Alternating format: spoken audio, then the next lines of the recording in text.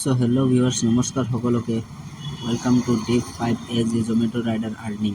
মই আপোনালোকক দেখুৱাম আজিৰ আৰ্নিংটো মই কিমান কৰিলোঁ, আৰু মোৰ আৰ্নিঙৰ লগত বেলেগৰ আৰ্নিং কম্পেয়াৰ নকৰিব, কিয়নো বেলেগৰ আৰ্নিংটো মোতকৈ বহুতেই বেছি হয়। মোৰ চিভিলটো বেয়া সেইকাৰণে। তো ফাৰ্ষ্ট অৰ্ডাৰটো ডেলিভাৰ কৰাৰ পিছত মই যাই আছোঁ আৰু এখন অৰ্ডাৰ ল'বলৈ। আৰু ৰাতিপুৱাৰ যিবিলাক অৰ্ডাৰ আছে চব হোমমেডৰ পৰা বেছিভাগে পৰে হোমমেড, সবগিলা বেলেগ বেলেগ আৰু হোমমেড আছে, সবগিলা হোমমেড, কুইক হোমমেড, ৰাজ টেষ্টিং চেণ্টাৰ এইবিলাকৰ পৰা পৰে।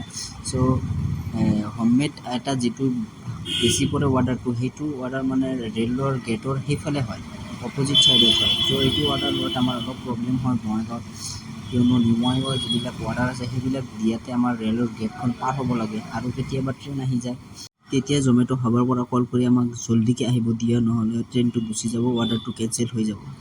গতিকে সেইটো কাৰণে অলপ প্ৰব্লেম হয় আমাক।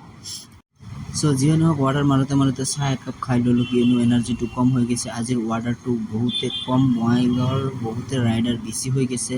মই ফাৰ্ষ্টতে আপোনালোকক ফটোখন চাব পাৰে, কিমানকেইটা ৰাইডাৰ তলত ৰখি আছে, চববিলাক বঙাইগাঁৱত ৰাইডাৰ হয়। আৰু এটা অৰ্ডাৰ মই মায়াকুৰীলৈ ডেলিভাৰ কৰিবলৈ লৈ গ'লোঁ।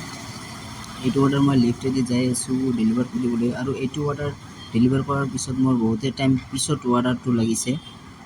মইতো ক'লোৱে কথাটো, আজি বঙাইগাঁৱত ৰাইডাৰ বহুত বেছি, অৰ্ডাৰটো বহুত কম। আৰু এইটো ব্লগ মই অসমীয়াত বনাই আছোঁ, কিয়নো এজন দুজন মানুহ নহয়, 4-5জন মানুহ যেতিয়া তুমি অসমীয়াত ব্লগ বনাই আছোঁ যদি, আৰু কথাবিলাকত তুমি ভালদৰে দিয়া ভইচবিলাক কিয়নো বুজি পোৱা নাযায়। চ' সেইকাৰণে মই ভইচবিলাক এনেই মানে ভইচ অভাৰটো দিলে মানে গাড়ীৰ বেকগ্ৰাউণ্ড চাউণ্ডটো বহুতে বেয়া, সেইকাৰণে ভইচটো ভালদৰে বুজা নাযায়। আৰু মোৰ ফেচটো আজি চাব পাৰে মুড অফ হৈ আছে, কিয়নো ৰাইড বহুতে কম। আজিৰ আৰ্নিংটো চালে আপোনালোকৰ মাথা গৰম হ'ব, ইমান ৰ'দত মই ঘূৰি আছোঁ আৰু আৰ্নিংটো নাই। চ' আৰু এনেকুৱা ৰাইড মাৰোঁতে ভালকেইটা অৰ্ডাৰ মই পিক এণ্ড ড্ৰপ কৰি দিলোঁ। ওচৰে পাঁজৰৰ অৰ্ডাৰ আছিল, সেইকাৰণে আৰ্নিংটো কম হৈছে, অৰ্ডাৰটো বহুতে বেছি হৈছে।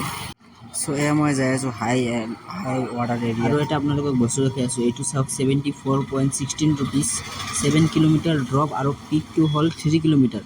চ' এনেকুৱাকৈ মই চবকেইটা অৰ্ডাৰে আপোনালোকক দেখাব চেষ্টা কৰিম, কেতিয়াবা মনত নাথাকে।